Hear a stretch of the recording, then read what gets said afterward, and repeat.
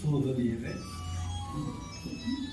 ನಿಮಗೆಲ್ಲ ಪ್ರಣಾಮಗಳನ್ನು ನಾನು ಸಲ್ಲಿಸ್ತಾನ ನನ್ನ ಮಾತನ್ನ ಪ್ರಾರಂಭ ಮಾಡ್ತೇನೆ. ನಾನು ಇಲ್ಲಿ ನಿಂತಿರೋದು ಸ್ವಲ್ಪ ಸುಳ್ಳು ಹೇಳೋದಕ್ಕೆ.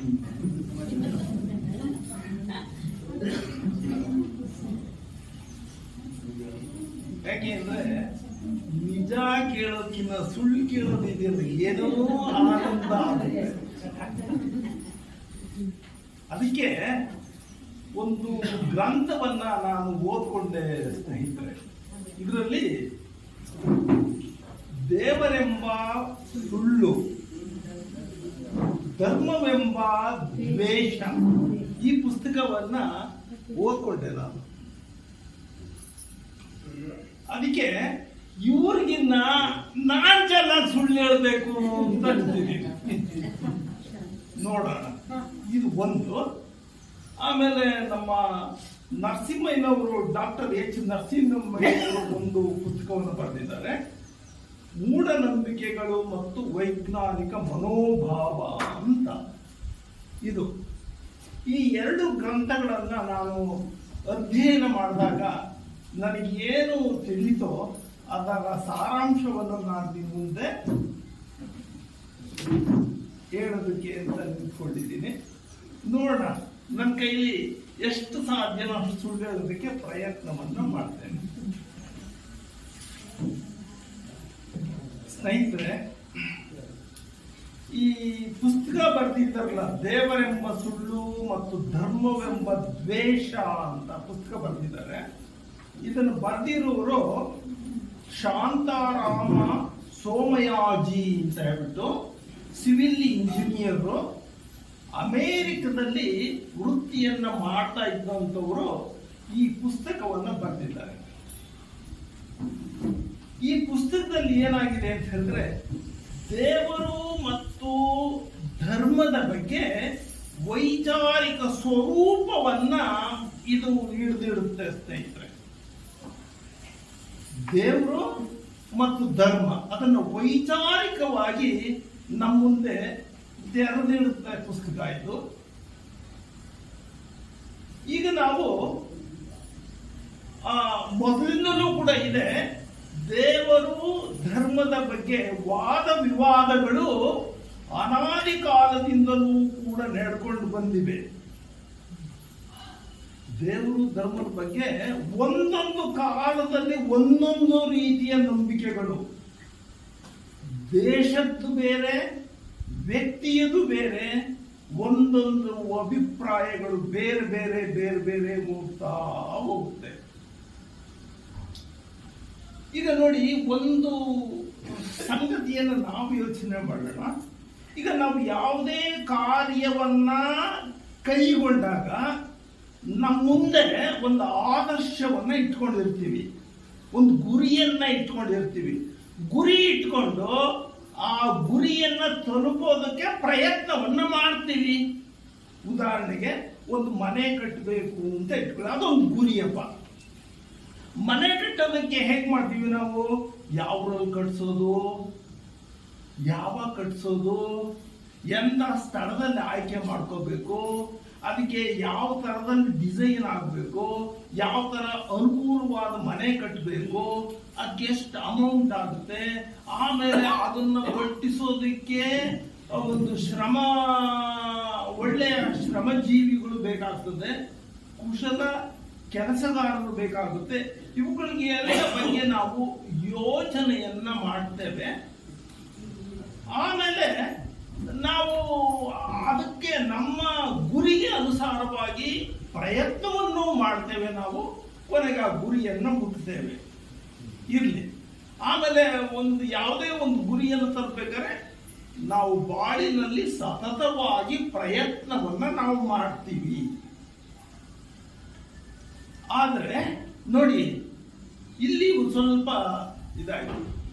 ನಾವು ಯಾವುದನ್ನ ಗುರಿ ಅಂತ ಇಟ್ಕೊಳ್ತೀವೋ, ಆದರ್ಶ ಅಂತ ಇಟ್ಕೊಳ್ತೀವೋ, ಅದನ್ನ ನೆರವೇರಿಸೋದಕ್ಕೆ ನಾವು ಸತತವಾಗಿ ಪ್ರಯತ್ನವನ್ನ ಮಾಡ್ತೇವೆ. ಹಾಗೇನೆ ಇಲ್ಲಿ ದೇವರು ಅನ್ನೋದು ಕೂಡ ಒಂದು ಗುರಿ, ಆದರ್ಶ. ಅದೆಂಗಿರ್ಬೇಕು? ನಾನು ಇಟ್ಕೊಂಡು ದೇವ್ರು ಇದೆಯಲ್ಲ, ಅದು ಹೆಂಗಿರ್ಬೇಕು? ನಾನು ಕಟ್ಸೋ ಮನೆ ಇದೆಯಲ್ಲ, ಅದು ಹೆಂಗಿರ್ಬೇಕು? ಏನ್ ಹೇಳ್ತೀವಿ ನಾವು ದೇವ್ರನ್ನ ಆದರ್ಶವಾಗಿ ಇಟ್ಕೊಂಡಾಗ? ಅದು ಹೆಂಗಿರ್ಬೇಕು? ನನ್ನ ದೇವರು ಅಂದ್ರೆ ಸಕಲ ಸದ್ಗುಣಗಳ ಸಾಕಾರ ಸ್ವರೂಪವಾಗಿರಬೇಕು. A1 ಕ್ವಾಲಿಟೀಸ್ ಇರಬೇಕು ನಮ್ಮ ದೇವರಿಗೆ. ಫಸ್ಟ್ ಗುರಿ ಅದು ನಂದು. ಆ ಸ್ವರೂಪವನ್ನ ಇಟ್ಕೊಂಡ ಮೇಲೆ ಆ ನಾನು ಕಲ್ಪಿಸ್ಕೊಂಡಂತಹ ದೇವರು ಏನಿದಾನೋ ಅವನ ಸದ್ಗುಣಗಳೇನಿದಾವೋ ಅದರ ಸದ್ಗುಣಗಳನ್ನ ನಾನೇನೆ ಅಳವಡಿಸ್ಕೊಂಡು ನಾನೇ ಯಾಕೆ ದೇವರಾಗಬಾರ್ದು? ಸ್ವಲ್ಪ ಯೋಚನೆಯನ್ನ ಮಾಡೋಣ ಸ್ನೇಹಿತರೆ. ಹಾಗೆ ದೇವರನ್ನು ಅರಿಯೋದಕ್ಕೆ ನಾವು ಜೀವಿತದ ಉದ್ದಕ್ಕೂ ಪ್ರಯತ್ನ ಮಾಡ್ತಾ ಇದ್ದೇವೆ. ಈಗಲೂ ಮಾಡ್ತೀವಿ, ಮುಂದಿನೂ ಮಾಡ್ತೀವಿ, ಅನೇಕ ಜನ್ಮಗಳವರೆಗೂ ಕೂಡ ಮಾಡ್ತಾನೆ ಹೋಗ್ತೀವೋ ಏನೋ. ಅಲ್ಲದೆ ದೇವರ ಸದ್ಗುಣಗಳು ನಮ್ಮ ಬಾಳಿನಲ್ಲಿ ಆಚರಣೆಗೆ ತಂದು ನಾವೇನೆ ಆಗ್ಲೇ ಹೇಳಿದ್ನಲ್ಲ, ನಾನೇನೆ ದೇವರು ಯಾಕಾಗಬಾರ್ದು ಅಂತ ಮನುಷ್ಯ ಪ್ರಯತ್ನ ಪಡ್ತಾನೆ. ಉಪನಿಷತ್ತು ಒಂದು ವಾಕ್ಯವನ್ನ ಹೇಳ್ತದೆ, ಒಂದು ಸೂತ್ರವನ್ನ ಹೇಳ್ತದೆ, ಅಹಂ ಬ್ರಹ್ಮಾಸ್ಮಿ ಅನ್ನುತ್ತೆ ಒಂದು ಉಪನಿಷತ್ತು ಸಾರ. ಇರ್ಲಿ, ಈಗ ನೋಡ್ರಿ, ಅಲ್ಲಿ ಒಂದು ವಿಷಯಕ್ಕೆ ನಿಲ್ಸಿರ್ತೀನಿ, ಇನ್ನೊಂದಕ್ಕೆ ಬರೋಣ. ಈಗ ನೋಡ್ರಿ, ನಾವು ಯಾವುದೇ ಪರಿಚಯವಿಲ್ಲದ, ಗೊತ್ತಿರದ ವಸ್ತು ವಿಷಯದ ಬಗ್ಗೆ ಪ್ರಶ್ನೆಗಳನ್ನ ಕೇಳಿ ಹೊಸದನ್ನ ತಿಳ್ಕೊಳ್ಳೋದಕ್ಕೆ ಇಷ್ಟಪಡ್ತೀವಿ. ಅಂದ್ರೆ ನಮ್ಗೆ ಯಾವುದೇ ಹೊಸದಿದ್ರೆ ಹೊಸದ್ರ ಬಗ್ಗೆ ಪ್ರಶ್ನೆ ಹಾಕ್ತೀವಲ್ಲ ನಾವು. ಈಗ ನೋಡಿ, ಒಂದು ಕುಟುಂಬದಲ್ಲಿ ಅಮ್ಮ ಮಗ ಇಬ್ರು ಇರ್ತಾರೆ. ಮಗ ಹೇಳ್ತಾನೆ ಅಮ್ಮನಿಗೆ, ಅಮ್ಮ ಇವತ್ತು ನಾನು ಚುಕುರುಟ್ಟು ಪರೋಟ ತಿಂದು ಬಂದೆ ಕಣಮ್ಮ ಅಂತಾನೆ. ಚುಕುರುಟ್ಟು ಪರೋಟ ಇವಳು ವಸ್ತು, ಅದು ಹಂಗಂದ್ರೆ ಏನು? ಅದೆಲ್ಲ ಅದು ವೆಜ್ಜೋ ನಾನ್ ವೆಜ್ಜೋ? ಅದು ತಿಂದು ಬಂದಿದೆಯಲ್ಲ, ಅದು ಎಲ್ಲಿ ತಿಂದು ಬಂದೆ, ಅದು ಹೆಂಗಿತ್ತು, ಏನು ಇತ್ಯಾದಿ ಎಲ್ಲಾ ಪ್ರಶ್ನೆಗಳನ್ನ ಹಾಕಿ ಅವಳು ಚುಕುರುಟ್ ಪರೋಟವನ್ನು ತಿಳ್ಕೊಳ್ತಾಳೆ. ಸರಿನಾ? ನೋಡಿ, ಇದೇ ತರ ತಾಯಿಗೆ ಹಾಗಾದ್ರೆ ಅದು ಈ ತರಹ ಪ್ರಶ್ನೆಗಳನ್ನ ಹಾಕಿ ತಾಯಿ ಉತ್ತರವನ್ನ ಪಡಿತಾಳೆ. ಇದೆಲ್ಲ ನಮಗೆ ಗೊತ್ತಿದೆ. ಅದೇ ತರದಲ್ಲಿ ನೋಡಿ, ಈಗ ನಿಮಗೂ ಅನುಮಾನ ಬರ್ತದೆ. ಆದರೆ ದೇವರ ಬಗ್ಗೆ ಅದು ಏನೂ ಗೊತ್ತಿರದ ವಿಷಯವಾದರೂ, ಪಂಚೇಂದ್ರಿಯಗಳಿಗೆ ನಿಲುಕದೇ ಇದ್ರು, ಯಾವುದೇ ಪುರಾವೆ ಇಲ್ಲದೆ ಹೋದ್ರು ಕೂಡ ದೇವರ ಅಸ್ತಿತ್ವವನ್ನ, ಆಕಾರವನ್ನ, ಪ್ರಭಾವವನ್ನ, ದೇವರ ಗುಣವನ್ನ, ನಡತೆಯನ್ನ ಒಪ್ಪಿಕೊಂಡು ನಾವು ದೇವರನ್ನ ಪೂಜೆ ಮಾಡ್ತೀವಿ.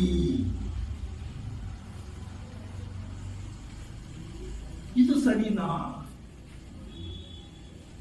ಸ್ವಲ್ಪ ಯೋಚನೆ ಮಾಡಿ.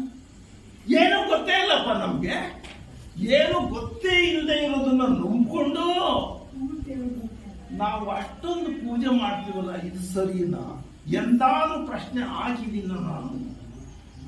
ಅದು ಯಾಕೆ ಕೆಲವರು ಹೇಳ್ತಾರೆ, ಇಲ್ಲ ಕಣ್ರಿ ದೇವರಿದ್ದಾನೆ, ಅದು ನನ್ನ ನಂಬಿಕೆ ಅಂತ. ನಾನೇನು ಬೇಡ ಅಂತಿಲ್ವಲ್ಲ. ನೋಡಿ, ಇಂತಹ ನಂಬಿಕೆಗಳು ಪ್ರಪಂಚದಲ್ಲಿ ನೂರಾರು ಸಾವಿರಾರು ನಂಬಿಕೆಗಳಿದ್ದಾವೆ. ಪ್ರಪಂಚದ ಬೇರೆ ಬೇರೆ ಕಡೆ ಬೇರೆ ಬೇರೆ ತರದ ನಂಬಿಕೆಗಳಿದ್ದಾವೆ.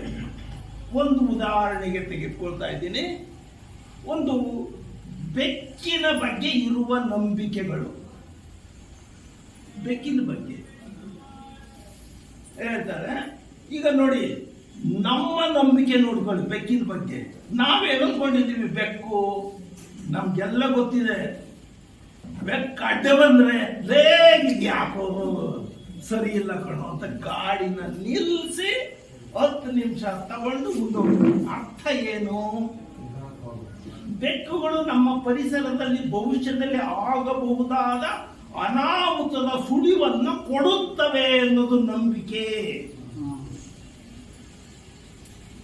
ಅದು ಒಂದು ನಂಬಿಕೆ ನಮ್ದು. ಆಮೇಲೆ ಬೆಕ್ಕಿಗೆ ಇನ್ನೊಂದು ಏನಿದೆ ಅಂತ ಹೇಳಿದ್ರೆ, ಅವು ಮನುಷ್ಯನ ಕಾಮ ಶರೀರವನ್ನು ನೋಡುವಂತಹ ಶಕ್ತಿ ಬೆಕ್ಕಿಗಿದೆ. ಇದೊಂದು ನಂಬಿಕೆ. ಆಮೇಲೆ ಕೆಟ್ಟ ಎನರ್ಜಿಗಳನ್ನ ಅಂದ್ರೆ ದೆವ್ವಗಳನ್ನ ನೋಡಿ ಬೆಕ್ಕುಗಳು ಕಿರುಚುತ್ತವೆ. ಅದೊಂದು ನಂಬಿಕೆ. ಆಮೇಲೆ ಪುರಾತನ ಈಜಿಪ್ಷಿಯನ್ ಅವರು ಏನ್ ಮಾಡ್ತಾ ಇದ್ರು ಅಂದ್ರೆ, ಬೆಕ್ಕನ್ನ ದೇವರು ಅಂತ ಹೇಳ್ಬಿಟ್ಟು ಆರಾಧನೆಯನ್ನ ಮಾಡ್ತಾರೆ. ಕಾರಣ ಏನು ಅಂತ ಹೇಳಿದ್ರೆ, ಬೆಕ್ಕುಗಳಿಗೆ ಮನುಷ್ಯನ ದುಃಖ ನಿವಾರಣೆ ಮಾಡುವ ಶಕ್ತಿ ಇದೆ. ಬ್ರಿಟನ್ನಿನಲ್ಲಿ ಒಂದು ನಂಬಿಕೆ ಇದು ಬೆಕ್ಕಿನ ಬಗ್ಗೆ. ಅವ್ರು ಹೇಳ್ತಾರೆ, ಬ್ರಿಟನ್ ಅವರು ನಂಬಿಕೆ ಅವ್ರದ್ದು, ಯಾರ ಮನೆಯಲ್ಲಿ ಬೆಕ್ಕು ಇರ್ತದೋ, ಕಪ್ಪು ಬೆಕ್ಕು ಇರ್ತದೋ, ಆ ಮನೆಗೆ ಆ ಕುಟುಂಬ ಏಳಿಗೆ ಆಗುತ್ತದೆ. ಫ್ರೆಂಚರ್ದು ಒಂದು ನಂಬಿಕೆ. ಅವ್ರದ್ದೇನು ಹೇಳ್ತಾರೆ ಅಂದ್ರೆ, ಫ್ರೆಂಚರು ನೋಡಿ, ಬೆಕ್ಕನ್ನ ತೊಟ್ಟಿಲಲ್ಲಿ ಇಟ್ಟು ತೂಗುವುದರಿಂದ ಸಂತಾನವಿಲ್ಲದವರಿಗೆ ಮಕ್ಕಳಾಗುತ್ತವೆ.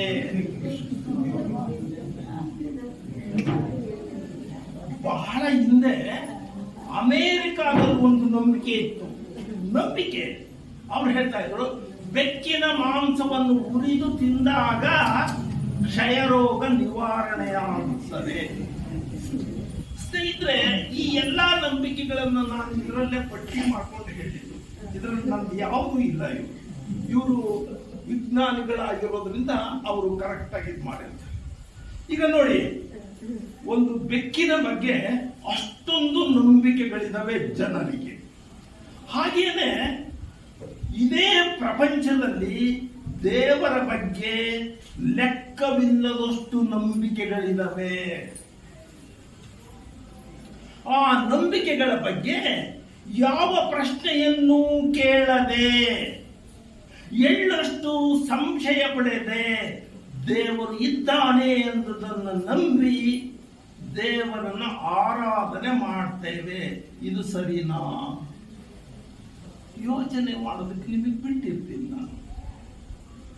ಈಗ ಈ ನಂಬಿಕೆ ಪ್ರಪಂಚದಲ್ಲಿ ಇದು ಈಗ ನೋಡಿ, ಒಂದು ಸ್ವಲ್ಪ ಯೋಚನೆಯನ್ನ ಮಾಡ್ತಾ ಹೋಗೋಣ. ಇಲ್ಲಿ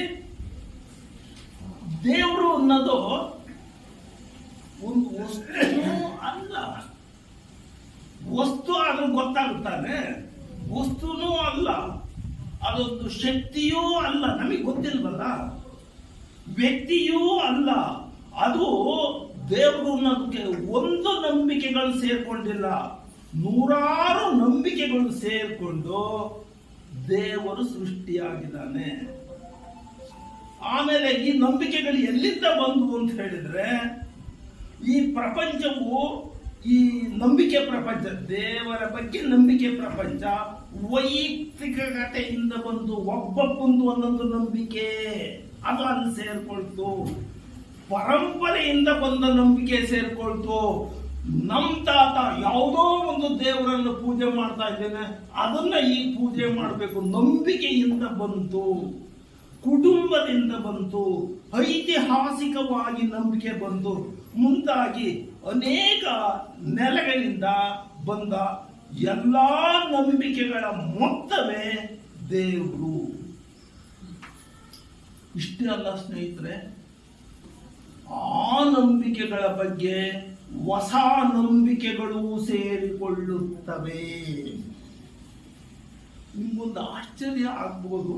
ನನಗಂತೂ ನಾನಿಲ್ಲಿ ಓಡಾಡಿದವನು ಚಿಕ್ಕ ಹುಡುಗನಾಗಿದ್ದಾಗ ಇಲ್ಲೊಂದು ದೇವಸ್ಥಾನ ಇತ್ತು, ಪ್ಲೇಗದಮ್ಮನ ದೇವಸ್ಥಾನ ಅಂತ. ನಂಬಿಕೆ ನೋಡ್ರಿ, ಯಾವುದೋ ಈಗ 300-400 ವರ್ಷಗಳ ಹಿಂದೆ ಪ್ಲೇಗ್ ರೋಗ ಬರ್ತಾ ಇತ್ತು. ಪ್ಲೇಗ್ ರೋಗವನ್ನ ನಿವಾರಣೆ ಮಾಡ್ಕೊಳ್ಳೋದಕ್ಕೆ ದೇವರನ್ನ ನಂಬಿಕೊಂಡಿದ್ರು. ಹೊಸ ದೇವತೆಗೆ ಇವ್ರು ಹೆಸರು ಕೊಟ್ಟಿದ್ದೇನು ಅಂದ್ರೆ ಪ್ಲೇಗದಮ್ಮ ಅಂದ್ಬಿಟ್ರು. ಆ ಪ್ಲೇಗದಮ್ಮನ ದೇವಸ್ಥಾನ ಬಹಳ ಹಳೆ ಕಾಲದಲ್ಲಿ ನಾವು ಅದು ನೋಡ್ತಾ ಇದ್ವಿ. ಇವತ್ತು ಅದು ಹೊಸದಾಗಿ ನಿರ್ಮಾಣ ಆಗ್ತಾ ಇದೆ. ಸೊ ನೀವು ಪ್ಲೇಗದಮ್ಮನ ಕೃಪೆಗೆ ಪಾತ್ರರಾಗಲು ನಾವೊಂದು ಕಾರ್ತೀಕ ಮಾಸವನ್ನು ಮಾಡ್ತಾ ಇದ್ದೀವಿ. ದಯವಿಟ್ಟು ಕಾಣಿಕೆಯನ್ನು ಕೊಡಿ. ಅವ್ರು ಬಂದಾಗ ನಮ್ಮನೆ ಕತೆ ನೋಡ್ರಿ. ಪ್ಲೇಗ್ ನಮ್ಗೆ ಕಣ್ರಿ ಕಾರ್ತೀಕ ಅಂತೆ 300 ರೂಪಾಯಿ ತಗೊಂಡು ಕೊಟ್ರಪ್ಪ. ಏನ್ ಮಾಡೋದು? ಎಸ್ ಅದು ಹೊಸ ದೇವರು ಇತ್ತೀಚೆಗೆ. ಸೊ ಈ ತರದಲ್ಲಿ ಇದೆ ಸ್ನೇಹಿತರೆ, ನಂಬಿಕೆ ನೋಡಿ. ಈ ತರಹ ಪ್ರಪಂಚದಲ್ಲಿ ನಂಬಿಕೆ ಇತ್ತಲ್ಲ, ಇದು ಏನಾಯ್ತು ನಂಬಿಕೆ ಅಂತ ಹೇಳಿದ್ರೆ 1850 ವರ್ಷ ಅಂದ್ರೆ 18ನೇ ಶತಮಾನದ ಪೂರ್ವಾರ್ಧದಲ್ಲಿ ಒಂದು ಬದಲಾವಣೆ ಆಯಿತು ಪ್ರಪಂಚದಲ್ಲಿ. ಏನ್ ಬದಲಾವಣೆ ಆಯಿತು ಅಂತ ಹೇಳಿದ್ರೆ 1800ರಿಂದ ಇತ್ತೀಚೆಗೆ 50 ವರ್ಷಗಳ ಕಾಲ ವೈಜ್ಞಾನಿಕ ಚಿಂತನೆಗಳು ಸ್ಟಾರ್ಟ್ ಆದವು ಸ್ನೇಹಿತರೆ. ಅನ್ವೇಷಣೆಗಳು ಸ್ಟಾರ್ಟ್ ಆದವು, ಪ್ರಯೋಗಗಳನ್ನು ಸ್ಟಾರ್ಟ್ ಆದವು. ಇದು ವೈಜ್ಞಾನಿಕ ಬೆಳವಣಿಗೆಯ ವೇಗ ಏನಿತ್ತು ಅದು ಬಹಳ ಹೆಚ್ಚಾಯಿತು. ಆಗ ಈ ತರಹ ವೈಜ್ಞಾನಿಕ ಸಂಶೋಧನೆ ಮಾಡಿದಂತಹ ಬನ್ನಿ ಮೇಡಮ್ ನೋಡಿ, ವೈಜ್ಞಾನಿಕ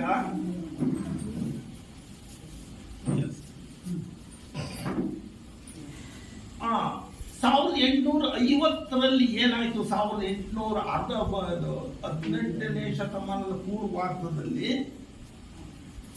ಪರಿಸರ ವಿಜ್ಞಾನಿ ಚಾರ್ಲ್ಸ್ ಡಾರ್ವಿನ್ ಅನ್ನೋನು, ಅವನು ಪಳೆಯುಳಿಕೆಗಳನ್ನು ಸಂಶೋಧನೆಯನ್ನ ಮಾಡ್ತಾನೆ.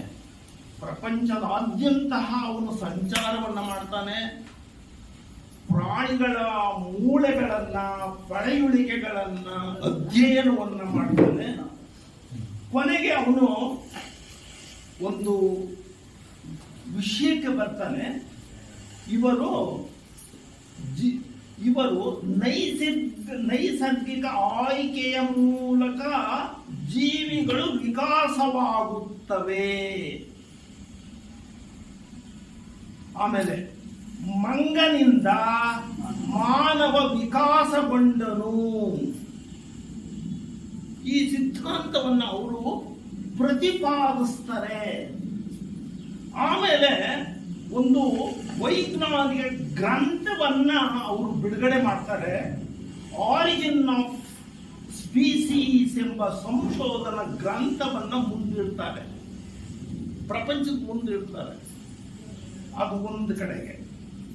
ಇನ್ನೊಬ್ಬ ವಿಜ್ಞಾನಿ ಥಾಮಸ್ ಹಕ್ಸ್ಲಿ ಅನ್ನೋರು ಏನ್ ಮಾಡ್ತಾರೆ ಅಂತ ಹೇಳಿದ್ರೆ, ಅವರು ಪ್ರಾಣಿಶಾಸ್ತ್ರ ದೇವರು ಅನ್ನೋ ನಂಬಿಕೆ ಏನಿದೆಯೋ ಇದೆಷ್ಟು ಆಳವಾಗಿ ಬೇರೂರು ಬಿಟ್ಟಿದೆ ಅಂತ ಹೇಳಿದ್ರೆ, ದೇವರು ಎಂಬ ಪದ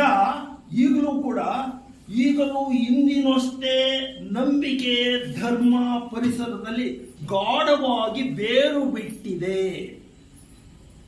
ವೈಜ್ಞಾನಿಕ ಇದು ಏನು ಹೇಳ್ತದೆ ಅಂದ್ರೆ, ಅದು ಆ ನಂಬಿಕೆಗಳು ಏನು ಹೇಳ್ತವೆ ಅಂದ್ರೆ, ವೈಜ್ಞಾನಿಕ ನಿಲುವು ನಂಬಿಕೆಗಳು ಎಲ್ಲವೂ ಕೂಡ ಅದಕ್ಕೂ ನನಗೂ ಏನೂ ಸಂಬಂಧವಿಲ್ಲ ಅಂತ ಹೇಳಿ ವಿಜ್ಞಾನವನ್ನು ಧಿಕ್ಕರಿಸುತ್ತವೆ ಧರ್ಮಗಳು.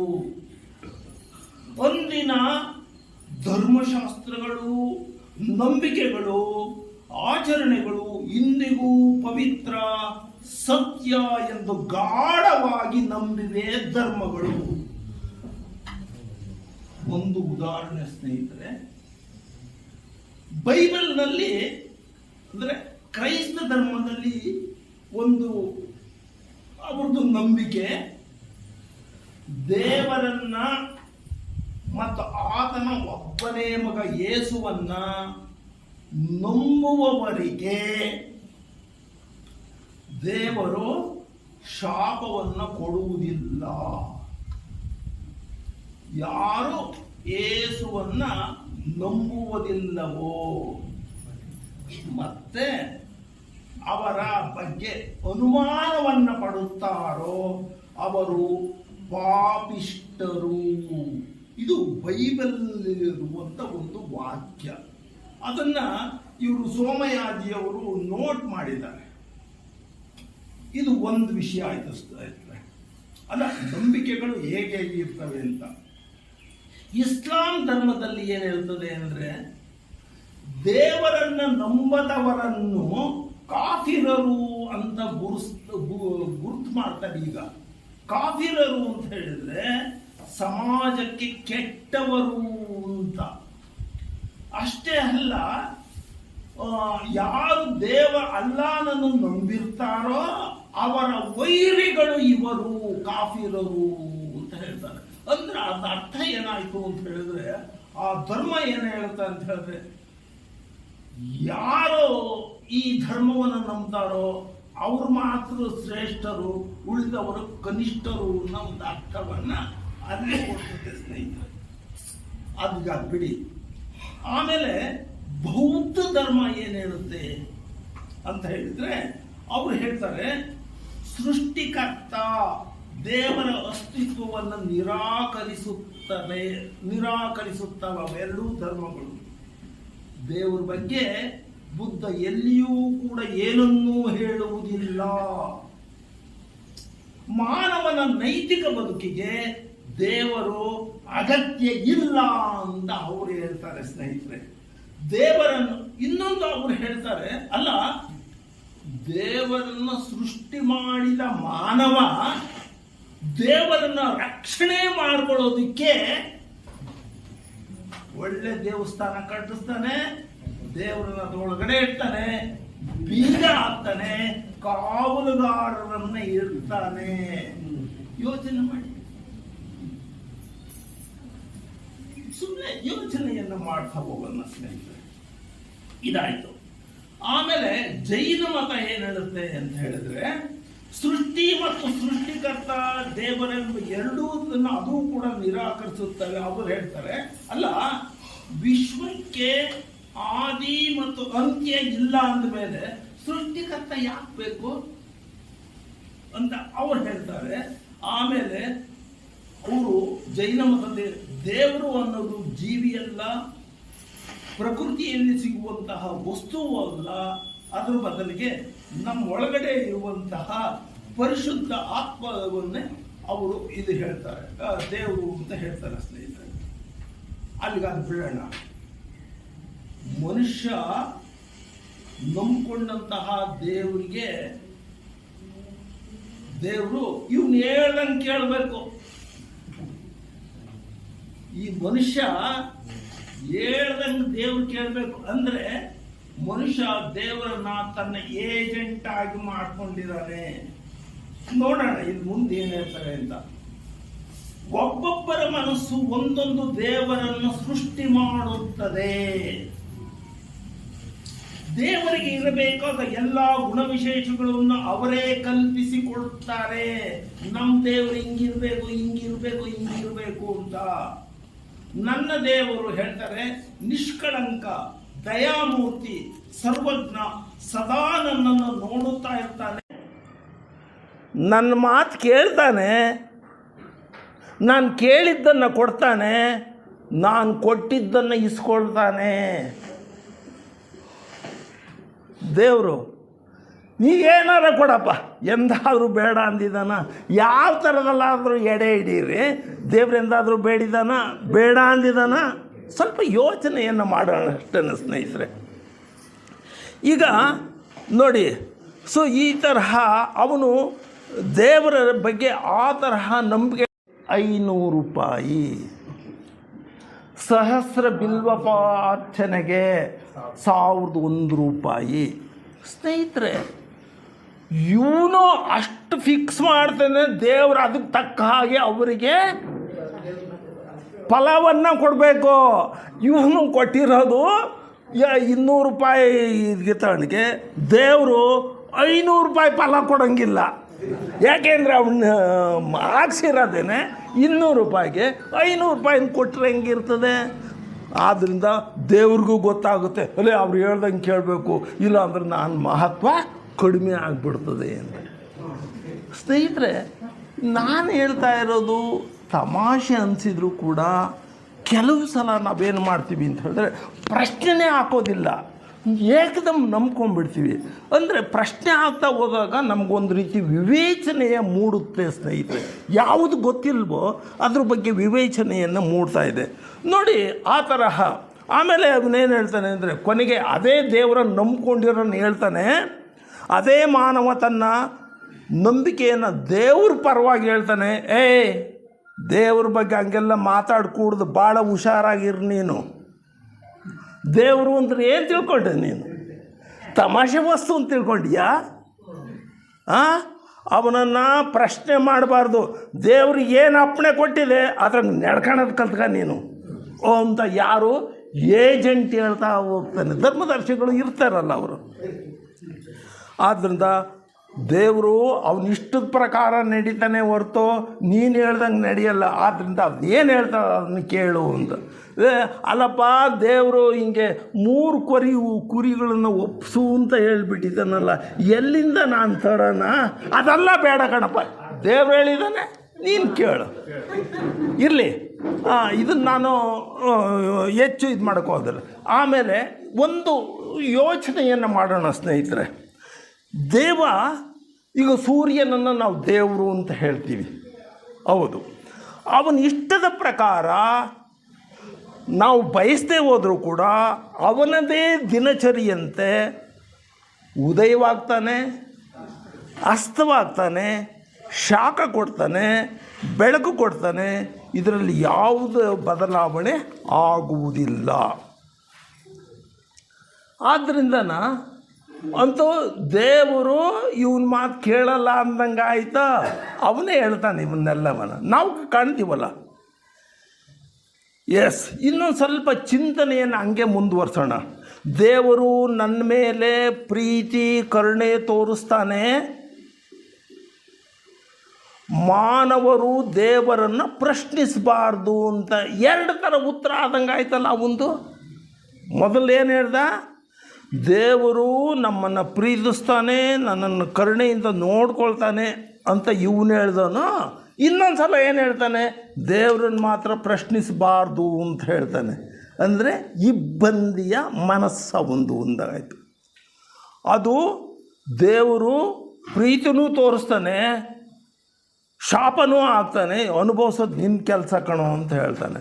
ಒಳ್ಳೆಯವರಿಗೆ ಆಶೀರ್ವಾದ ಮಾಡ್ತಾನೆ, ಕೆಟ್ಟವರಿಗೆ ಶಾಪ ಆಗ್ತಾನೆ.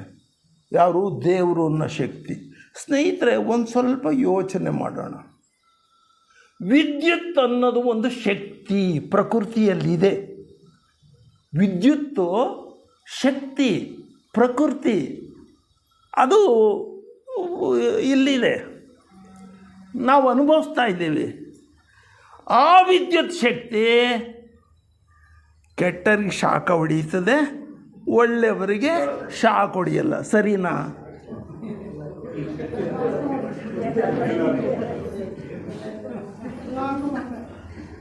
ನಮ್ಮನೆಯವ್ರು ಅದು ಯಾವುದೋ ಸ್ವಿಚ್ ಹಾಕಕ್ಕೆ ಹೋಗ್ಬಿಟ್ಟು ಶಾಕ್ ಹೊಡಿತು ಅಂದರೆ ಅವ್ರಿಗೆ ಶಾಕ್ ಹೊಡೆದಾಗ ಅವ್ರಿಗೆ ಏನು ಇರಲಿ. ಸ್ನೇಹಿತರೆ, ಅದು ಬೇಡ. ಈಗ ನೋಡಿ, ನಾವು ಎಷ್ಟೆಷ್ಟು ನಂಬ್ಕೊಳ್ತೀವಿ ಅಂತ. ದೇವರು ತಾವು ಬಯಸಿದ್ದು ದೊರೆತಾಗ ಅದು ದೇವರ ಪ್ರಸಾದ ಅಂತ ಹೇಳ್ತೀವಿ. ಬಯಸಿದ್ದು ಸಿಗದಿದ್ದಾಗ ನನ್ನ ಹಣೆ ಬರಹ ಅಂತ ಹೇಳ್ತೀವಿ. ಸರಿನಾ? ನೋಡಿ, ಅಲ್ಲಿ ಹಂಗಂದನು, ಇಲ್ಲಿ ಹಿಂಗಂತಾನೆ. ಎಸ್, ಆದ್ದರಿಂದ ಸ್ನೇಹಿತರೆ, ಇದು ದೇವರು ಅನ್ನೋದು ಸೃಷ್ಟಿಯಲ್ಲಿ ಹೆಂಗೆ ಹುಡ್ತು ಮನುಷ್ಯ, ಆದಿ ಮನುಷ್ಯ, ಪ್ರಾರಂಭದ ಮನುಷ್ಯ ಪ್ರಕೃತಿಯ ಘಟನೆಗಳನ್ನು ನೋಡ್ತಾನೆ. ಮಿಂಚು, ಗುಡುಗು, ಮಳೆ ಇತ್ಯಾದಿಗಳನ್ನೆಲ್ಲ ನೋಡಿಬಿಟ್ಟು ಇವನಿಗೆ ಗಾಬರಿ ಆಗೋಗ್ಬಿಡ್ತದೆ ಮಾನವನಿಗೆ, ಆಗಿನ ಮಾನವನಿಗೆ. ಅವನೇನು ಮಾಡ್ತಾನೆ ಅಂತ ಹೇಳಿದ್ರೆ, ಅಲ್ಲ ಇದೆಲ್ಲ ಹೆಂಗಾಗಿರ್ಬೋದು, ದೇವ್ರು ಇದನ್ನೆಲ್ಲ ಇದು ಹೆಂಗೆ ಮಾಡಿರ್ಬೋದು ಅಂತನ ಅವನು ತನ್ನ ನಂಬಿಕೆಯನ್ನು ಸೃಷ್ಟಿಯ ಕಡೆಗೆ ತೆಗೆದುಕೊಂಡು ಹೋಗ್ತಾನೆ. ಸೃಷ್ಟಿ, ಮನುಷ್ಯ ಭಯ ಬಿದ್ದು ಬಿಡ್ತಾನಲ್ಲ, ದೇವ್ರು ಇಷ್ಟೆಲ್ಲ ಮಾಡಿರ್ತಾನೆ, ಇಷ್ಟೆಲ್ಲ ಮಾಡಿರ್ಬೇಕಾದ್ರೆ ಅವನು ದೊಡ್ಡನಿರ್ಬೋದು. ಈ ಸೃಷ್ಟಿಗೂ ದೇವರಿಗೂ ಅವನು ಕನೆಕ್ಟ್ ಮಾಡೋಕ್ಕೆ ಪ್ರಯತ್ನ ಪಡ್ತಾನೆ ಸ್ನೇಹಿತರೆ. ಆದರೆ ನೋಡಿ, ಎಲ್ಲ ಧರ್ಮ ಒಂದು ಕತೆ ಬರ್ತದೆ. ಅದು ಅಮೇರಿಕನ್ ಇಂಡಿಯನ್ನರ ಕತೆ. ರೆಡ್ ಇಂಡಿಯನ್ಸ್ ಅಂತ ಇದ್ದಾರೆ ಅಮೇರಿಕದ ದ್ವೀಪಗಳಲ್ಲಿ. ಅವ್ರದ್ದು ಒಂದು ಪುರಾಣದ ಕತೆ, ಸೃಷ್ಟಿ ಹೆಂಗಾಯಿತು ಅಂತ. ಅವ್ರ ಕತೆ ಪುರಾಣದಲ್ಲಿ ಬರುವಂಥ ಕತೆ. ಮೊದಲಿಗೆ ಈ ಸೃಷ್ಟಿ ಏನಿತ್ತು, 2 ಓಳಾಗಿತ್ತಂತೆ.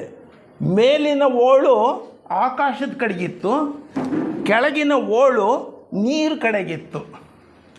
ಆಕಾಶದಲ್ಲಿ ಎಲ್ಲೆಲ್ಲೂ ಮಣ್ಣು ಓಡಾಡೋದಕ್ಕೆ,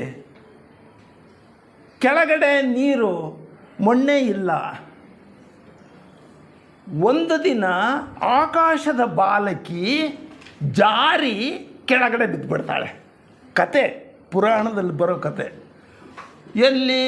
ಕೆಳಗಿನ ಗೋಳಕ್ಕೆ ಬೀಳ್ತಾಳೆ. ಅರ್ಧ ಗೋಳ ಇತ್ತಲ್ಲ, ನೀರಿನ ಗೋಳಕ್ಕೆ ಬೀಳ್ತಾಳೆ. ನೀರಲ್ಲಿ. ಆವಾಗ ಅವಳ ಅದೃಷ್ಟಕ್ಕೆ 2 ಹಂಸಗಳು ಬಂದುಬಿಟ್ಟು ಅವಳನ್ನು ಕಾಪಾಡಿ ತನ್ನ ಬೆನ್ನಿನ ಮೇಲೆ ಕೂರಿಸ್ಕೊತವಂತೆ. ಅವಳು ಆ ಹಂಸದ ಬೆನ್ನಿನ ಮೇಲೆ ಕೂತ್ಕೊಂಡು ಬರೇ ಅಲ್ಲಿ ಓಡಾಡ್ತಾಳೆ, ಇಲ್ಲಿ ಓಡಾಡ್ತಾಳೆ, ಬರೇ ನೀರು ನೀರು ನೀರು. ಆಕಾಶಕ್ಕೆ ಹೋಗೋಕ್ಕೆ ದಾರಿನೇ ಗೊತ್ತಾಗಲಿಲ್ಲ ಆಕೆಗೆ. ಅವಳು ತುಂಬ ಬೇಸರ ಆಗ್ತಾಳೆ, ದುಃಖ ಪಡ್ತಾಳೆ. ಈ ದುಃಖ ಸಮುದ್ರದ ಆಮೆಗೆ ಗೊತ್ತಾಗುತ್ತಂತೆ. ಆಮೆ ಎಲ್ಲರನ್ನೂ ಕರೀತೆ, ನೋಡಪ್ಪ ಆ ಬಾಲಕಿ ಯಾಕೋ ತುಂಬ ದುಃಖವಾಗಿದ್ದಾಳೆ, ನೀವು ಯಾರಾದರೂ ಹೋಗಿ ಒಂದು ಸ್ವಲ್ಪ ಮಣ್ಣಿನ ಮುದ್ದೆಯನ್ನು, ನಮ್ಮ ಸಮುದ್ರದ ಆಳದಲ್ಲಿದೆ ಮುದ್ದೆ, ಮಣ್ಣಿನ ಮುದ್ದೆ, ಅದನ್ನು ತೊಗೊಂಡು ಬರ್ರಿ ಅಂತ ಹೇಳ್ತಾರೆ. ಆವಾಗ ಕಪ್ಪೆ ಇದ್ದಿದ್ದು, ನಾನು ಹೋಗಿ ತೊಗೊಂಡು ಬರ್ತೀನಿ ಅಂತ ಹೇಳಿಬಿಟ್ಟು ಸಮುದ್ರದ ಆಳಕ್ಕೆ ಹೋಗುತ್ತೆ. ಆ ಮಣ್ಣಿನ ಮುದ್ದೆಯನ್ನು ಕಚ್ಕೊಳ್ತದೆ, ಬಂದು ಆಮೆ ಅಣ್ಣನ ಮುಂದೆ ಅದನ್ನು ಉಗುಳ್ತದೆ, ಪ್ರಾಣವನ್ನು ಬಿಡುತ್ತೆ ಕಪ್ಪೆ. ಅದು ತ್ಯಾಗಜೀವಿ ಅಂತ ಈಗ ರೆಡ್ ಇಂಡಿಯನ್ ಅನ್ನೋರು ಅದನ್ನು ಕಪ್ಪೆಯನ್ನು ಆ ಥರ ಆರಾಧನೆಯನ್ನು ಮಾಡ್ತಾರೆ.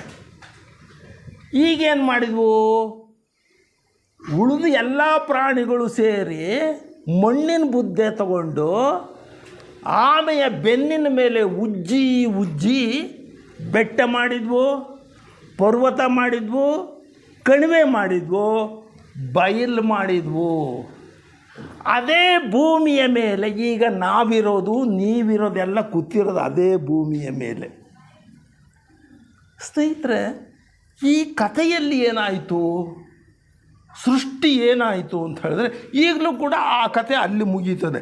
ಇಂಥದೇ ಕತೆ ನಮ್ಮ ಹಿಂದೂ ಧರ್ಮದಲ್ಲೂ ಬರ್ತದೆ. ಯಾರೋ ಒಬ್ಬ ರಾಕ್ಷಸ ಭೂಮಿಯನ್ನು ಕದ್ದುಕೊಂಡೋಗ್ಬಿಟ್ಟು ನೀರಿನಲ್ಲಿ ಆಳವಾಗಿಟ್ಟ. ದೇವತೆಗಳೆಲ್ಲ ದುಃಖದಿಂದ ಶ್ರೀಮನ್ನಾರಾಯಣನ ಹತ್ರ ಹೋದ್ರು, ನನ್ನ ಹತ್ರ ಬಂದಿರಲಿಲ್ಲ. ಅವ್ರೇನು ಮಾಡಿದರು ಅಂತ ಹೇಳಿದರೆ, ಅವನು ವಿಷ್ಣು ವರಾಹ ಅವತಾರವನ್ನು ತೆಗೆದುಕೊಂಡ, ಸಮುದ್ರಕ್ಕೆ ಹೋದ, ಭೂಮಿಯನ್ನು ತೆಗೆದುಕೊಂಡು. ಇದು ನಮ್ಮ ಕತೆ ಇದು. ಇಲ್ಲಿ ಏನು ನಾವು ಒಂದು ಗಮನಿಸಬೇಕು ಅಂತ ಹೇಳಿದರೆ,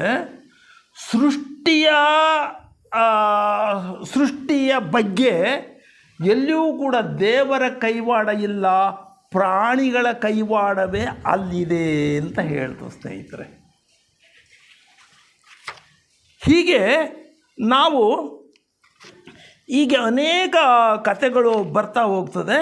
ಈಗ ನಾವು ನೋಡಿ, ಅವನು ಚಾರ್ಲೆಸ್ ಡಾರ್ವಿನ್ನನ್ನು ವಿಜ್ಞಾನಿ ಅಂತ ಹೇಳಿದ್ನಲ್ಲ ಪ್ರಾರಂಭದಲ್ಲಿ, ಅವನೇನು ಹೇಳ್ತಾನೆ, ಸೃಷ್ಟಿ ಹೇಗಾಯಿತು ಎಂಬ ಪ್ರಶ್ನೆಗೆ ಉತ್ತರ ಕಂಡುಹಿಡಿಯಲು ನಮ್ಮಿಂದ ಅಸಾಧ್ಯ ಎಂದು ನಾವು ಅಭಿಪ್ರಾಯ ಪಡ್ತಾರೆ ಅವರು.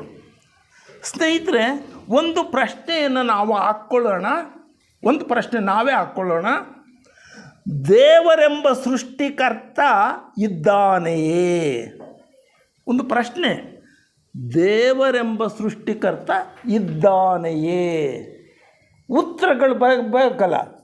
ಒಬ್ಬರು ಉತ್ತರ ಹೇಳ್ತಾರೆ, ಹೌದು ದೇವರು ಇದ್ದಾನೆ ಎಂದು ತಮ್ಮಷ್ಟಕ್ಕೆ ತಾವೇ ತೀರ್ಮಾನಿಸಿ ಉತ್ತರ ಕೊಡ್ತಾರೆ. ಯಾವುದೇ ಪುರಾವೆ ಏನು ಬೇಡ. ದೇವರು ಇದ್ದಾನೇನೋ ಅಂತ ಕೇಳಿದರೆ ಎಸ್ ಇದ್ದಾನೆ, ಪುರಾವೆ ಏನಿಲ್ಲ, ಎಸ್ ಇದ್ದಾನೆ ಅಂದ್ಬಿಟ್ಟ.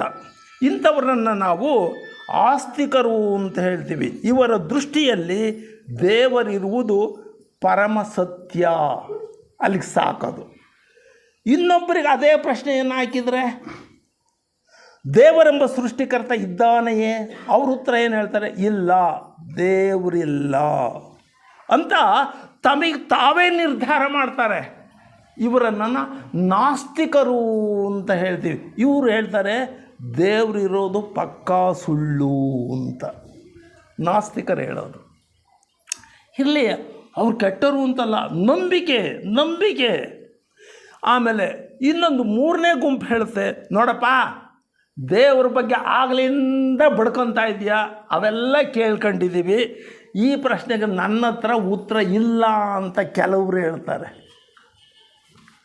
ಹಾಗಾದರೆ ಸ್ನೇಹಿತರೆ, ಮತ್ತೆ ಹೊರತು ಸರಿಯಾದ ಉತ್ತರ ಆಗಲ್ಲ ಅಂತ ಹೇಳ್ತಾರೆ ಸ್ನೇಹಿತರೆ. ಅದಕ್ಕೆ ಅದ್ರ ತಂಟೆ ಹೋಗೋದೇ ಬೇಡವೇನೋ ಅನಿಸುತ್ತೆ, ದೇವ್ರ ತಂಟೆನ.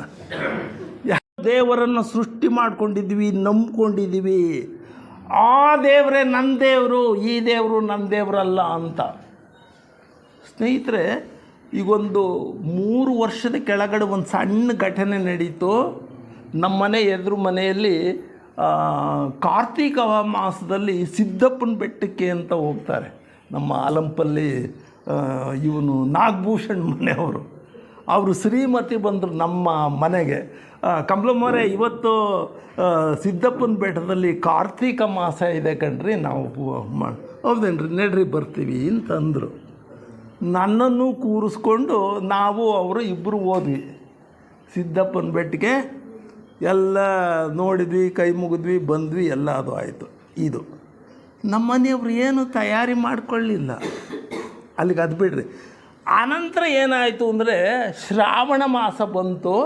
ಅವತ್ತು ಮುದಿಗೇರಿಯಲ್ಲಿ ಅವ್ರ ಕುಟುಂಬದ ದೇವರದು ಲಕ್ಷ್ಮೀ ದೇವರು ಅಂತ ಇದೆ. ಆಮೇಲೆ ಅವರ ಮಾವನ ಮಕ್ಕಳು ಬಂದರು, ನಮ್ಮ ಅಣ್ಣನ ಮಕ್ಕಳು, ಚಿಕ್ಕಮ್ಮ ಇವತ್ತು ನಾವು ಮುದಿಗೇರಿಗೆ ಹೋಗ್ತೀವಿ ಅಂತ. ಹೌದೇನೋ, ನಡೆಯೋ ಅಂತಂದರು. ಅವರು ತಯಾರಿ ನೋಡಿ, ಹೂವು ತೊಗೊಂಡ್ರು, 2 ಕಾಯಿ ತೊಗೊಂಡ್ರು, ಒಂದು 5 ಕಾಯಿ, ಸಾಕಷ್ಟು ಹೂವು ತೊಗೊಂಡ್ರು. ಆಮೇಲೆ ಆ ಮೀಸಲು ಅಂತ ಇರ್ತದೆ ಸ್ನೇಹಿತರೆ, ಆ ಮೀಸಲು ಕಟ್ಕೊಂಡು ಎಲ್ಲ ಇದು ಮಾಡಿಕೊಂಡು ಆ ಮುದಿಗೇರೆ ದೇವರಿಗೆ ಹೊರಟ್ರಪ್ಪ, ನನ್ನನ್ನು ಕರ್ಕೊಂಡು. ಈಗ ನೋಡಿ ಸ್ವಲ್ಪ ನಂಬಿಕೆ ಹೆಂಗಿರ್ತದೆ ಅಂತ. ಈ ದೇವ್ರಿತ್ತಲ್ಲ ಸಿದ್ದಪ್ಪನ ಬೆಟ್ಟ, ಅದು ನಮ್ಮ ದೇವರಲ್ಲ. ಕಾಯಿ ಹಾಕ್ಬೇಕು ಅದಕ್ಕೆ, ಮೀಸಲು ಹಾಕ್ಬೇಕು ಅದಕ್ಕೆ.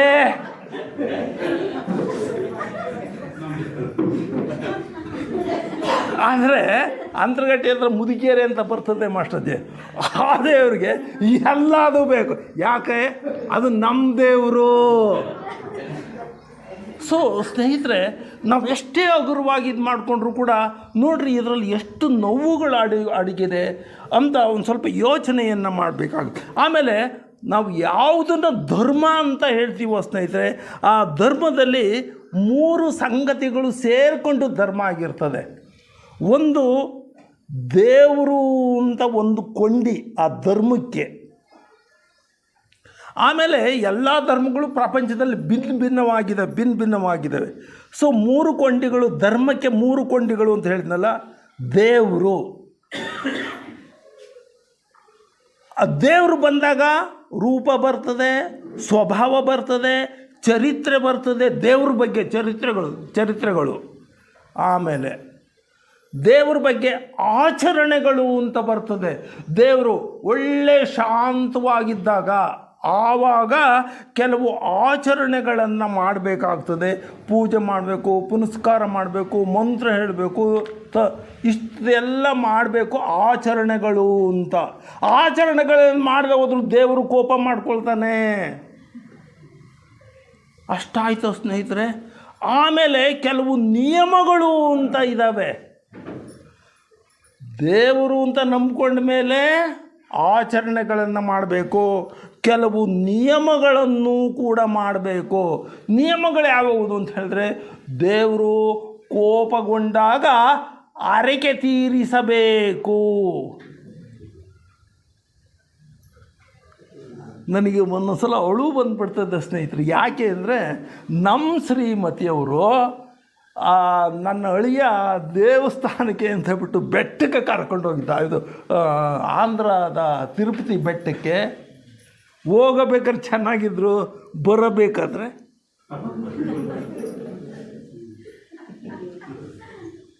ಯಾಕೆ ಹಿಂಗೆ ಮಾಡಿದೆ ಅಂದರೆ, ದೇವ್ರ ಹಸುವಾಲದ ಕಂಡ್ರಿ ನಾವು ಹರಕೆ ತೀರಿಸ್ಕೋಬೇಡ್ಬೇನ್ರಿ ಅಂತ. ಮುಡಿ ಕೊಡುವುದು ಒಂದು ಹರಕೆ ಅಂತೆ. ಅಲ್ಲ, ನಮ್ಮ ನಂಬಿಕೆಗಳು ಹೆಂಗಿರ್ತವೆ ಅಂತ. ನಾನು ಅವ್ರನ್ನ ಒಂದು ವರ್ಷದವರೆಗೂ ಕೂಡ ಅವ್ರ ತಲೆ ನೋಡೋದು ಕೋಪ ಮಾಡ್ಕೊಳ್ಳೋದು, ಅವ್ರ ತಲೆ ನೋಡೋದು ಕೋಪ ಮಾಡ್ಕೊಳ್ಳೋದು, ಹಿಂಗಾಯಿತು ನನ್ನ ಕತೆ. ಇರಲಿ. ಈಗ ಅಂದರೆ ಧರ್ಮಕ್ಕೇನಾಯಿತು ಅಂದರೆ, ದೇವರು ಇರ್ತಾನೆ ಒಂದು ಕಡೆಗೆ, ಆಚರಣೆಗಳು ನಿಯಮಗಳು ಎಲ್ಲ ಇರ್ತವೆ ಸ್ನೇಹಿತರೆ.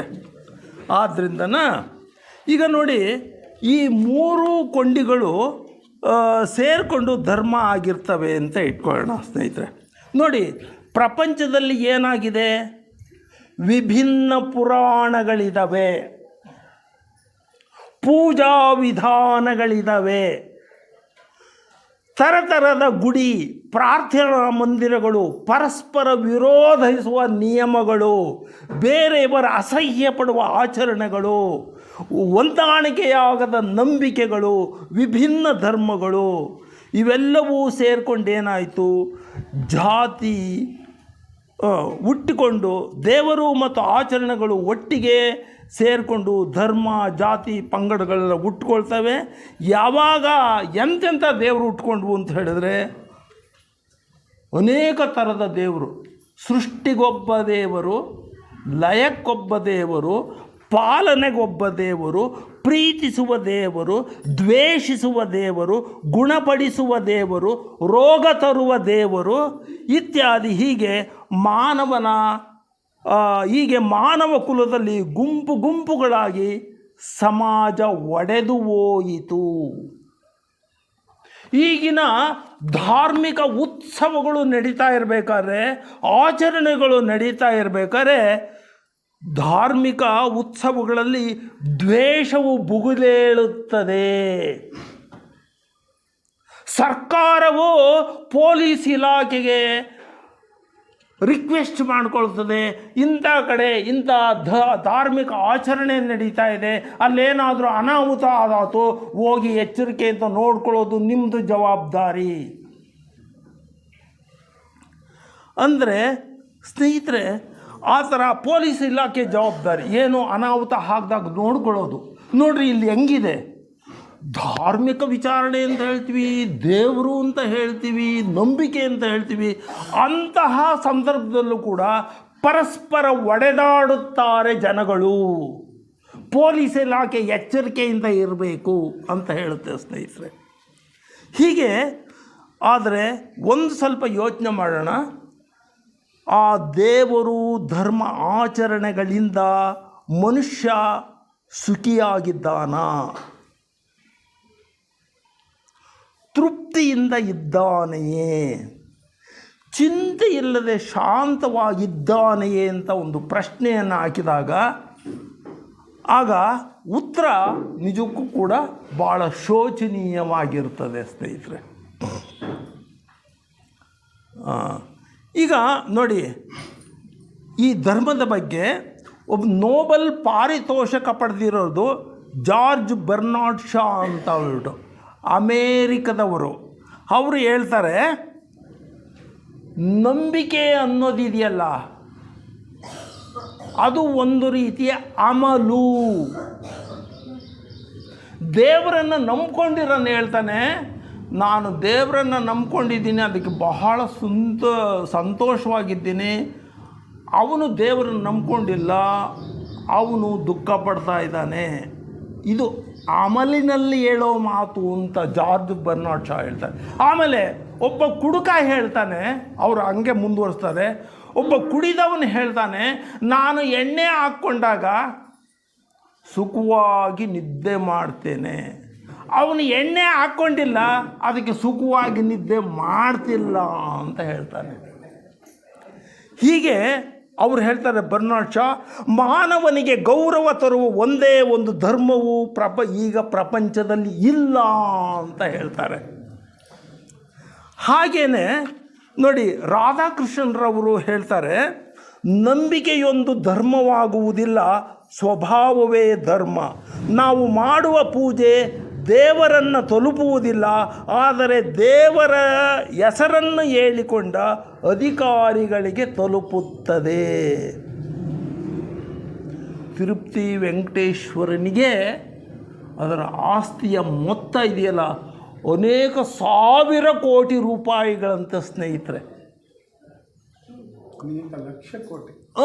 ಅನೇಕ ಲಕ್ಷ ಕೋಟಿ ರೂಪಾಯಿಗಳು.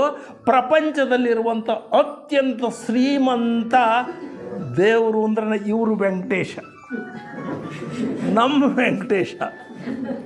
ಇರಲಿ, ಮಹಾತ್ಮ ಗಾಂಧೀಜಿಯವರು ಹೇಳ್ತಾರೆ ಅದೇನೆ, ದೇವರಿಗೆ ಧರ್ಮವಿಲ್ಲ, ಪ್ರೀತಿಯೊಂದೇ ಧರ್ಮ. ಅವ್ರು ಮುಂದೆ ಕೇಳ್ತಾರೆ ನೋಡಿ, ಪರಸ್ಪರ ದ್ವೇಷಿಸಲು ಎಷ್ಟು ಧರ್ಮಗಳು ಬೇಕೋ ಅಷ್ಟು ಧರ್ಮಗಳು ನಮ್ಮಲ್ಲಿವೆ, ಆದರೆ ಪರಸ್ಪರ ಪ್ರೀತಿಸುವಂತಹ ಧರ್ಮಗಳು ಇಲ್ಲ ಅಂತ ಹೇಳ್ತಾರೆ. ಸ್ನೇಹಿತರೆ, ಯಾವುದೇ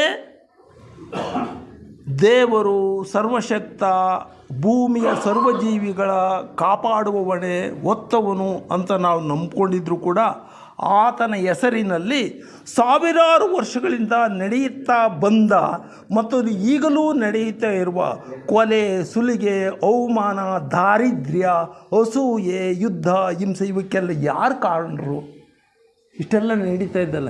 ಯಾವುದೋ ಒಂದು ಜಾತ್ರೆ ಆಗುತ್ತಪ್ಪ, ಜಾತ್ರೆಯಲ್ಲಿ ದೊಂಬಿ ಎಲ್ಲ ಆಗೋಗ್ಬಿಡ್ತದೆ. ಇವಾಗ ನೋಡಿ, ಅಲ್ಲಿ ಧರ್ಮ ಅಂತ ಒಂದು ಕಡೆ ಇರ್ತದೆ. ಈಗ ನಾವು ದೇವ್ರ ಕಾರಣ ಅಂತ ಬಿಟ್ಟು ದೇವ್ರನ್ನ ಜೈಲಿಗೆ ಹಾಕ್ತೀವ? ಹೋಗಲಿ, ಅಂಥವ್ರ ಸಂಸ್ಥೆಯವ್ರ ಕಾರಣ ಅಂತ ಅಲ್ಲಿ ಅವ್ರಿಗೆ ಆಗ್ತೀವಿ. ಇಲ್ಲ, ಮನುಷ್ಯನಿಗೆ ಅದು ಇದು ಬೀಳ್ತದೆ ಸ್ನೇಹಿತರೆ, ಈ ಥರದಲ್ಲಿ. ಈಗ ನೋಡಿ, ಈ ತರಹ ನಂಬಿಕೆ ಮತ್ತು ಇದ್ರಗಳ ಬಗ್ಗೆ ನಾನು ಕೆಲವು ಸಂಗತಿಗಳನ್ನು ಸಂಗ್ರಹಿಸಿದ್ದೇನೆ. ಅವುಗಳನ್ನು ನಿಮ್ಮ ಮುಂದೆ ಇಡ್ತಾನ ನನ್ನ ಮಾತನ್ನು ಮುಗಿಸ್ತಾ ಹೋಗ್ತೀನಿ ಸ್ನೇಹಿತರೆ. ನಂಬಿಕೆಗಳು ಎಷ್ಟೊಂದು ಮನುಷ್ಯನಲ್ಲಿದ್ದಾವೆ ಅಂತ ಕೆಲವು ನಂಬಿಕೆಗಳು ಮಾತ್ರ. ಇಲ್ಲಿ ಮೌಢ್ಯದ ಇದು ನೋಡ್ಬೋದು, ಇದನ್ನು ಇದು ಒಂದು ಮೌಢ್ಯ, ನಂಬಿಕೆ ಮೌಢ್ಯ. ಅವರು ಇಲ್ಲೇನಾಗಿದೆ ಅಂತ ಹೇಳಿದರೆ, ಸೂತಕ ಕಳೆಯಬೇಕು, ಊರಿನ ದೇವರನ್ನು ಕೇಳಬೇಕು, ಗ್ರಾಮಸ್ಥರೊಂದಿಗೆ ಚರ್ಚಿಸಿ ನಿಮ್ಮ ನಿರ್ಧಾರವನ್ನು ಅದು ಹೇಳ್ತೀವಿ ಅಂತ ಹೇಳ್ತೀವಿ. ಸೊ ಅಂದರೆ ಅರ್ಥ ಏನಪ್ಪ ಅಂತ ಹೇಳಿದ್ರೆ, ನೋಡಿ, ಋತುಮತಿಯಾದ ಹೆಣ್ಮಕ್ಳು, ಬಾಣಂತಿಯವರು ಊರನ್ನ ಒಳಗಡೆ ಪ್ರವೇಶ ಮಾಡೋಂಗಿಲ್ಲ, ಮಾಡಿದರೆ ದೇವರು ಕೋಪ ಮಾಡ್ಕೊಳ್ತಾನೆ, ಸಮಾಜಕ್ಕೆ ಕೆಟ್ಟದಾಗ್ತದೆ ಅಂತ ಒಂದು ನಂಬಿಕೆ. ಆಮೇಲೆ ಇದು ಒಂದು ತಾಯಿ ಒಂದು 3 ದಿನದ ಮಗುವನ್ನು ಇಟ್ಕೊಂಡು ಒಂದು ಗುಡಿಸಲಲ್ಲಿ ಊರಿಂದ ಹೊರಗಡೆ ಇದೆ ಸ್ನೇಹಿತರೆ. ಇದು ಒಂದು ನಂಬಿಕೆ. ಅದೇ ನೋಡಿ, ಇಲ್ಲೊಂದು ನಂಬಿಕೆ ಇದೆ. ಹೆಂಗಿದೆ ಅಂದರೆ ದೇವ್ರ ಬಗ್ಗೆ ನಂಬಿಕೆ. ಎಸ್, ಇಲ್ಲಿ ಏನಿದೆ ಅಂತ ಹೇಳಿದ್ರೆ ಅದು ಹೇಳ್ತೀನಿ ನಾನು. ದೇಗುಲದ ಮೇಲಿಂದ 20 ಅಡಿ ಎತ್ತರದಲ್ಲಿ ಮಗುವನ್ನು ಕೆಳಕ್ಕೆ ಎಸೀತಾರಂತೆ. ಹಂಗೆ ಎಸೆದಾಗ ಆ ಮಗು ಬಲಿಷ್ಠ ಆಗ್ತಾನಂತೆ, ಒಳ್ಳೆಯದಾಗುತ್ತಂತೆ. ಈ ಥರ ನಂಬಿಕೆ, ಇದು ಒಂದು ನಂಬಿಕೆ ಸ್ನೇಹಿತರೆ. ಆಮೇಲೆ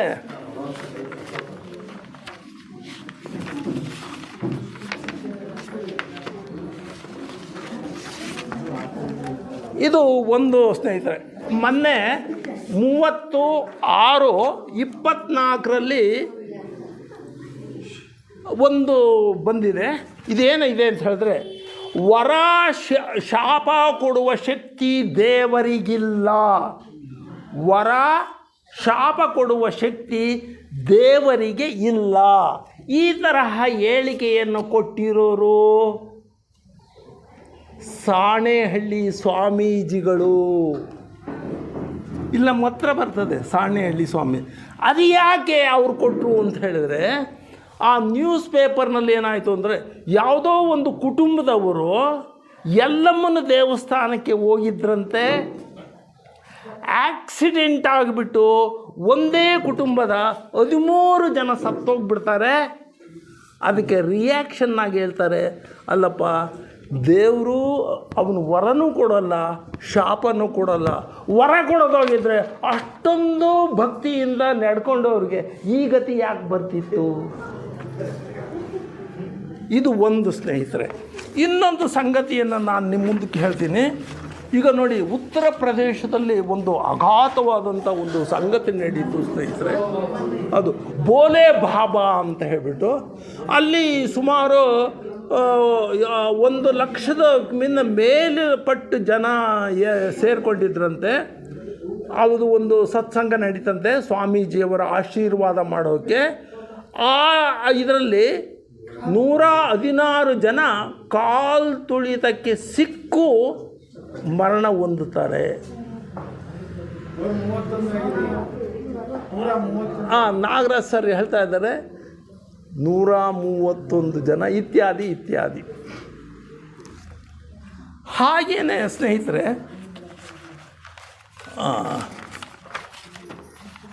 ನೋಡಿ ನಾನು ಹೇಳಿಲ್ಲ, ದೇವರು ಅಸ್ವಾಲ್ದನವನು,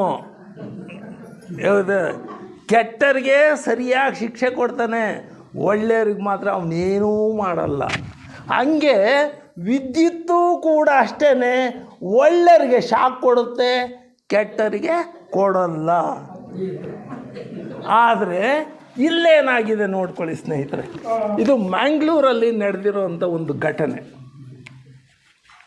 ಒಬ್ಬ ಆಟೋ ಡ್ರೈವರು ಆಟೋ ಮಳೆ ಬಂದಿರ್ತದೆ, ಮನೆ ಹೊರಗಡೆ ಆಟೋ ನಿಲ್ಲಿಸಿರ್ತಾನೆ, ಅವನು ಕ್ಲೀನ್ ಮಾಡೋಕ್ಕೆ ಅಂತ ಹೋಗಿರ್ತಾನೆ. ಆ ವಿದ್ಯುತ್ ಅಂತೆ ಹರಿದು ಬಿದ್ದಿರ್ತದೆ, ಅವನು ಅದರಲ್ಲಿ ಶಾಕ್ ಆಗಿಬಿಟ್ಟು ಅವನು ಮರಣ ಹೊಂತಾನೆ.